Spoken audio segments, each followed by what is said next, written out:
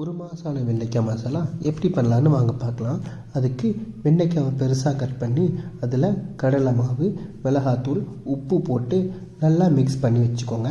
அப்புறம் அதை எண்ணெயில் போட்டு ஒரு 50% ஃப்ரை பண்ணி தனியாக எடுத்து வச்சுக்கோங்க. இதுக்கு ஒரு கண்டிஷன் இருக்குது, அதை வீடியோவோட லாஸ்ட்டில் சொல்கிறேன். அதுக்கப்புறம் சட்டியில் கொஞ்சமாக ஆயில் ஊற்றி சீரகம், ஆனியன், பெருங்காயம், இஞ்சி பூண்டு போட்டு நல்லா மிக்ஸ் பண்ணி அதில் தக்காளியை அரைச்சி சேர்த்து நல்லா பச்சை வாசனை போகிற மாதிரி கொதி வர விடுங்க. நல்லா பச்சை வாசனை போனதும் மிளகாய்த்தூள் 1 ஸ்பூன், மல்லித்தூள் 1 ஸ்பூன், உப்பு அரை ஸ்பூன், மஞ்சள் தூள் 1/4 ஸ்பூன் சேர்த்து மசாலா கரியாமல் இருக்க கொஞ்சமாக தண்ணி சேர்த்துக்கோங்க. எல்லாம் மிக்ஸ் ஆனதும் ஃப்ரை பண்ணி வச்சுருக்க வெண்டைக்காய் போட்டு நல்லா மிக்ஸ் பண்ணுங்கள்.